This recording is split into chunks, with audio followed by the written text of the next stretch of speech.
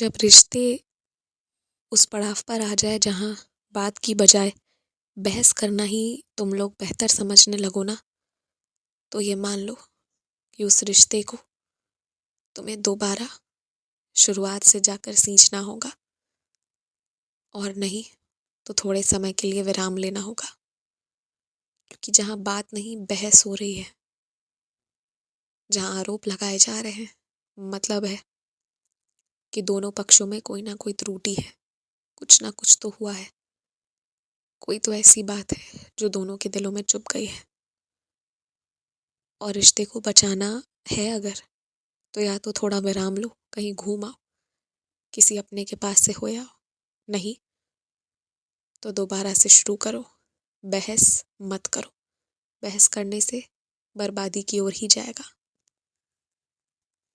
मेरे कुछ बच्चों को अपने काम के लिए कुछ लोगों को रखना है जो उनका साथ दे, ताकि वो अपने दफ्तर तक जा आ पाए। मैं उसका इंतज़ाम कर रहा हूँ, अगले हफ्ते तक सब हो जाएगा।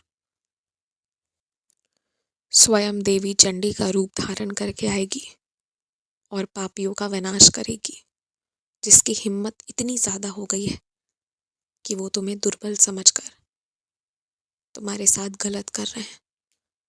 और इस बार ना कोई नहीं रोक सकता, ये होकर रहेगा। तुम ये बात लिख लो। तुम्हारा नकल उतार लेने की हैसियत तो दुनिया रखती है, लेकिन तुम्हें तो दूसरा नहीं बना सकते ना। तुम तो वही हो, एक ही हो, वैसा दूसरा कोई नहीं है। अपने आप को पहचानो, अपनी खूबियों को पहचानो। जिन्हें तुमसे नहीं, तुम्हारे धन से, तुम्हारे तोहफों से खुशी मिलती है, वो तुम्हारे नहीं, तुम्हारे पैसों के हैं और तुम्हारे अच्छे दिनों के हैं केवल। ये बात में कोई शक नहीं कि कुछ लोगों ने रिश्तों का वाकई में मजाक बना कर रखा है। वो सिर्फ समय काटने के लिए रिश्ते बनाते हैं और तोड़ देते हैं। पर तुम ये भी जान लो कि पूर्व जन्मों का कुछ कर्म है कि कुछ समय के लिए उन्हें संपर्क में आना लिखा होता है, और इसलिए वो आते भी हैं।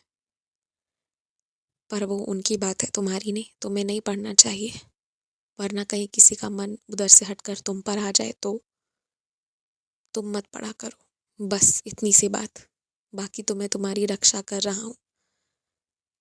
जो तुमसे बड़े हैं और जिनके हाथ में तुम्हारे तुम्हारे कई सारे कार्य के निर्णय जुड़े हुए, जिनके हस्ताक्षर से तुम्हारा बहुत कुछ हो सकता है, उनका मन परिवर्तन कर रहा हूँ।